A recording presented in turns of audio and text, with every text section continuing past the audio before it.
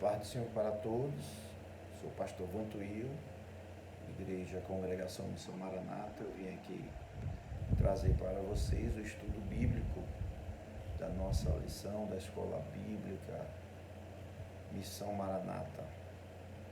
Esse trimestre nós vamos estudar a lição bíblica, o final de todas as coisas, esperança da glória para os salvos. Amém? Essa lição ela foi dada no primeiro trimestre de 2016. Nós estamos repetindo ela porque achamos muito oportuno o momento em que vivemos de quarentena por conta do coronavírus, por conta de uma série de profecias e algumas revelações, por assim dizer, acerca das últimas coisas. Então nós vamos ver, à luz da palavra, pelo estudo bíblico, se de fato essas profecias têm fundamento. Então vamos a cada domingo estudar uma lição dessa revista, como disse que foi dada no primeiro trimestre de 2016, uma revista da CPAD, e vocês podem adquirir. Eu estou aqui acessando um site chamado Estudantes da Bíblia, e aí você encontra de forma virtual essa revista, e eu estou gravando esse vídeo, mas no dia 5 de abril, às 10 horas da manhã, estarei fazendo uma live, tirando assim as dúvidas, respondendo as perguntas acerca dessa lição. Amém? Vamos lá. Essa revista são 13 lições, e eu vou ler rapidamente aqui os 13 títulos, né? A primeira que nós vamos comentar hoje é Escatologia, o estudo das últimas coisas. A 2 sinais que antecedem a volta de Cristo. 3, esperando a volta de Jesus. 4, esteja alerta e vigilante, Jesus voltará. 5, o arrebatamento da igreja. 6, o tribunal de Cristo e os galardões. 7, as bodas do Cordeiro. 8, a grande tribulação. 9, a vinda de Jesus em glória. 10, milênio, um tempo glorioso para a terra. 11, juízo final.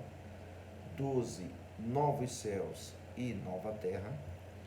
13, o destino final dos mortos.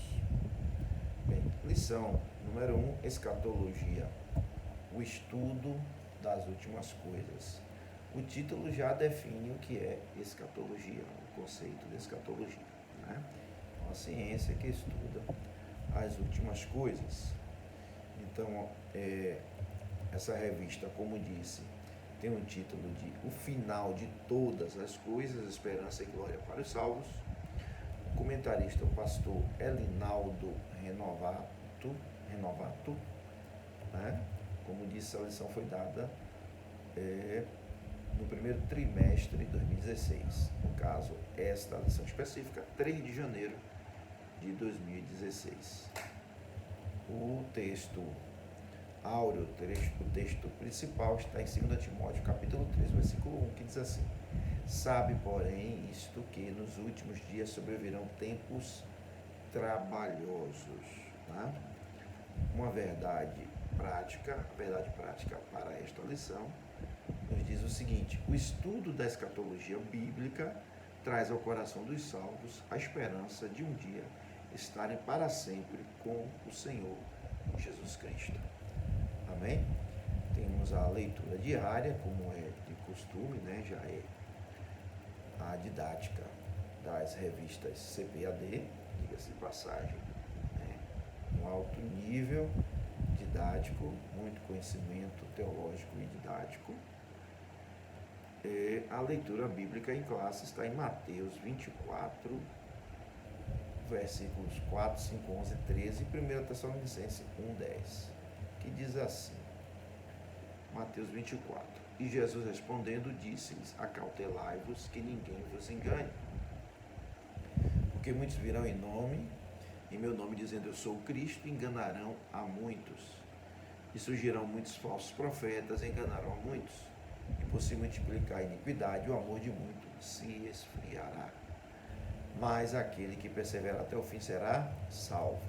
Em 1 Tessalonicenses, capítulo 1, versículo 10 diz: e esperar dos céus a seu Filho, a quem ressuscitou dos mortos, a saber, Jesus, que nos livra da ira futura. O objetivo geral dessa lição é explicar o real significado da escatologia bíblica. Também definir a escatologia, mostrar a preocupação do homem com os fins dos tempos e explicar algumas das diferentes interpretações escatológicas. Pois bem, o estudo da escatologia bíblica traz esperança para os salvos em Cristo Jesus. Nesta revista teremos a oportunidade ímpar de estudar a respeito do tempo do fim e nesta primeira lição examinar a escatologia bíblica para os salvos em Jesus Cristo. Este é um tema que traz esperança, pois não há nada melhor do que ter a certeza de que o Salvador voltará e que viveremos junto com Ele para toda a eternidade. Amém? Estudo da escatologia. Como disse, a escatologia é o estudo das últimas coisas. Definição.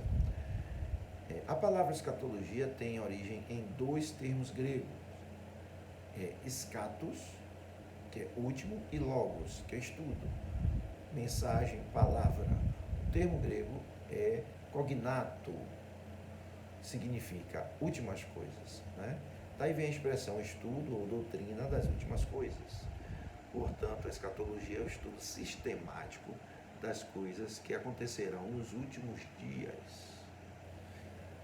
A escatologia estuda os seguintes temas: estado intermediário, arrebatamento da igreja, grande tribulação, milênio, julgamento final e o estado perfeito eterno. Escatologia é a volta de Jesus. O estudo da escatologia bíblica mostra que o crente tem de estar sempre alerta e vigilante, pois a volta de Jesus pode acontecer a qualquer momento. Portanto, estai vós também apercebidos, porque virá o Filho do Homem a hora que não imaginais. Lucas 12, 40. Né? A escatologia bíblica tem como objetivo estudar os assuntos relacionados às últimas coisas. Então, escatologia, uma palavra não muito usada, né, no nosso vocabulário, né, comum do dia a dia, mas nesta revista nós vamos usar muito. Então, vá já aí se acostumando a ouvir esta palavra escatologia, estudo das últimas coisas. A preocupação com o fim dos tempos, né? Os discípulos de Jesus. Certa vez os discípulos de Jesus fizeram a seguinte pergunta: Mestre, dize-nos quando serão estas coisas. Que sinal haverá da tua vinda e do fim do mundo? Mateus 24, versículo 3. Aí eu quero abrir um parênteses aqui para que vocês prestem bem atenção. Olha, que sinal haverá da tua vinda e o fim do mundo? Observe que estamos falando de duas coisas: a volta de Jesus e o fim do mundo. Muitas pessoas fazem confusão de tudo isso. O arrebatamento, o juízo final, né? O trono branco, né? Mistura tudo. Mas vocês vão perceber no decorrer destas lições que há um momento para cada coisa, e a Bíblia nos ensina em detalhes cada momento como este. Amém? Nós não sabemos o dia e a hora que Jesus vai voltar. O único que sabe é o Pai, né? Mateus 24, versículo se eu não me engano, é 36, depois você pode olhar aí, eu vou olhar aqui também.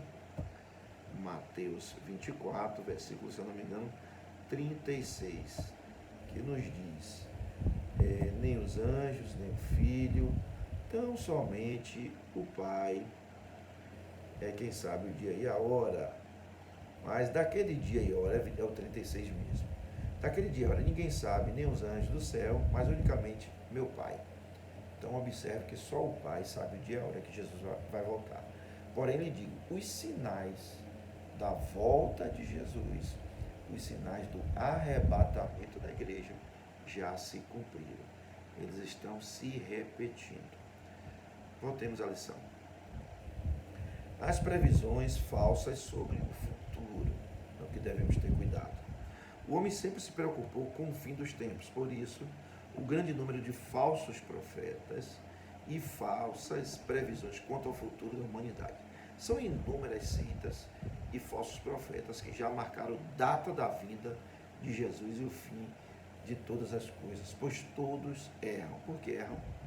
Mateus 24, 36 responde: só o Pai sabe o dia e a hora. Falsos profetas, certo pastor marcou o arrebatamento da igreja para o ano de 1993 e o início da grande tribulação, considerando que o ano 2000 seria o fim do sexto milênio. Outro profeta, baseado em cálculos matemáticos, somando e subtraindo referências bíblicas e utilizando a contagem bíblica dos tempos, assegurou que o anticristo seria revelado em 13 de novembro de 1986, marcando hora e tudo, né? Também furou. Observe, irmãos, o dia e a hora só o Pai sabe. Observe se tivesse como definir o dia e a hora, ou se tivesse como antecipar ou atrasar o dia e a hora. O que a humanidade não faria acerca do arrebatamento, né? Então esse é um grande mistério, que só o Pai sabe o dia e a hora. Uma coisa, porém, vos digo: os sinais que anunciam a volta de Jesus já se cumpriram. Mateus capítulo 24 diz lá, né? Guerras, rumores de guerra, nação contra nação, irmão contra irmão, pai contra filho, todos esses sinais se cumpriram. Os discípulos de Jesus sempre se preocuparam com o fim dos tempos. Interpretações escatológicas. Existem diferentes interpretações escatológicas a respeito do fim. Não podemos estudar todas em uma única lição, porém estudaremos algumas, né? A futurista. Essa interpretação considera que a maior parte das profecias ainda vai se cumprir, começando com o arrebatamento da igreja e demais fatos subsequentes. Sem dúvida, é a mais adequada à realidade das profecias sobre os últimos tempos, e essa corrente de pensamento, porém, subdivide-se em pré-tribulacionista, né? Esta corrente do pré-tribulacionista afirma que o Senhor Jesus arrebatará a sua igreja antes da tribulação. É o que nós cremos. Aí eu quero abrir um parêntese. A igreja, a congregação, missão Maranata, crê que nós, igreja do Senhor Jesus, não passaremos a grande tribulação. Tá? Eu vou até aqui abrir o nosso credo doutrinário, vou dizer até que ponto, em que ponto nós temos isso. Nós temos isso até registrado em cartório, tá? Quero deixar bem claro isso, porque fizemos questão de registrar em cartório, porque é algo que para nós é doutrina, não é ponto de discussão para crer ou não crer. Para nós, Igreja, Congregação, Missão Maranata, isso é doutrina, não há o que se discutir. A igreja não passará pela grande tribulação, né? No item 12 do nosso credo, né? Nós cremos no arrebatamento da igreja antes da grande tribulação, conforme está escrito em 1 Tessalonicenses 4, 16 e 17, 1 Coríntios 15, 51 e 54, Apocalipse 20, versículo 4, Zacarias 14, 5 e e Zacarias 14, 5. Né? essas referências bíblicas para a nossa crença. Voltando à revista. Então, pré-tribulacionista é o que nós cremos. Igreja Congregação Missão Maranata crê que nós não passaremos pela grande tribulação. B. Pré-milenista. Esta corrente conclui que a vinda de Jesus Cristo ocorrerá antes do milênio, quando Cristo virá reinar sobre a terra. Grande parte dos cristãos do primeiro século eram pré-milenistas. Segundo o pastor Cláudio Nunes de Andrade, tal posicionamento foi durante o combatido por Orígenes, que, influenciado pela filosofia grega, passou a ensinar que o milênio nada mais era que uma referência alegórica à ação do Evangelho na vida das nações, né? Então nós vamos falar um pouquinho mais adiante sobre o milênio. Mid-tribulacionista entende que a igreja será arrebatada no meio da tribulação, no meio. Pós-tribulacionista. Os pós-tribulacionistas pregam que a igreja vai passar pela grande tribulação. Meus irmãos, que Deus tenha misericórdia. Se com a graça, com o Espírito Santo, com os dons, né, a gente já está pecando e falhando. Imagine a gente passar a grande tribulação. Deus tenha misericórdia, viu? Eu creio, nós cremos como igreja, que não passaremos a grande tribulação. A igreja será arrebatada. E no momento do arrebatamento, aí sim começa a grande tribulação. Ponto 2, né? Ponto 2. Interpretação escatológica histórica. Considera que o Apocalipse é um livro histórico, cujos fatos já se cumpriram na sua maior parte, mas tal entendimento não corresponde à realidade bíblica. Bem, histórico, ele foi só no sentido do próprio João, né? Quando ele descreve que estava na ilha de Pátimos e lá recebeu as revelações. Só essa parte histórica, porque todo o restante é revelação mesmo. Preterista, né? Pretérito, entende que Apocalipse já se cumpriu totalmente na época do Império Romano, incluindo a destruição de Jerusalém nos anos 70. Entretanto, as profecias bíblicas sobre os fins dos tempos indicam que diversos eventos escatológicos ainda não se cumpriram, como o arrebatamento da igreja, a grande tribulação, a hora da tentação, que há de vir sobre todo o mundo, e a vinda de Cristo em glória, e também o milênio. Simbolista é a grande chamada de interpretação idealista ou espiritualista. Tudo é espiritualizado, simbólico. Nada é histórico, mas apenas uma alegoria da luta entre o bem e o mal. Nessa linha de pensamento, há o ensino amilenista, segundo o qual não haverá um período literal de 1000 anos para o reinado de Cristo. Bem, você pode observar que há várias formas, vários pensamentos, né?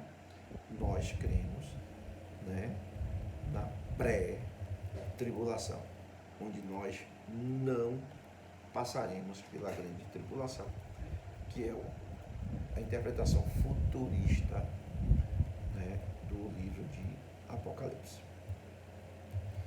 Então, existem várias interpretações escatológicas a respeito do fim.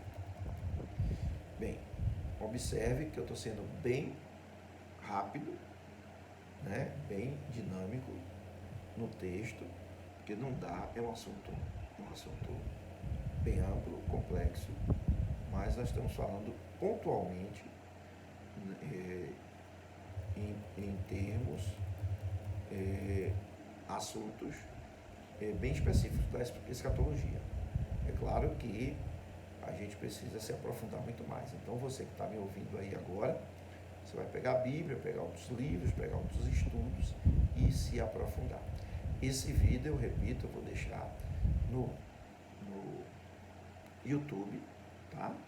Pastor Vantuil Salles Mota, YouTube, e também no Facebook, também Pastor Vantuil Salles Mota. E aí você pode fazer as perguntas e eu responderei com enorme prazer, tá? Pode ir lá depois fazer as perguntas. Pois bem,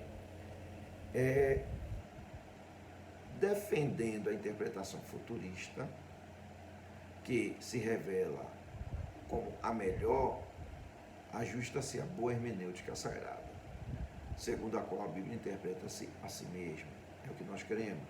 Interpretação futurista com a pré-tribulação, ou seja, não passaremos pela tribulação. Nos livros escatológicos podemos identificar algumas profecias que já se cumpriram e também entendemos que há linguagem simbólica nos livros escatológicos, mas em relação aos fins dos tempos, face à volta de Jesus, cremos que esta se dará antes da grande tribulação.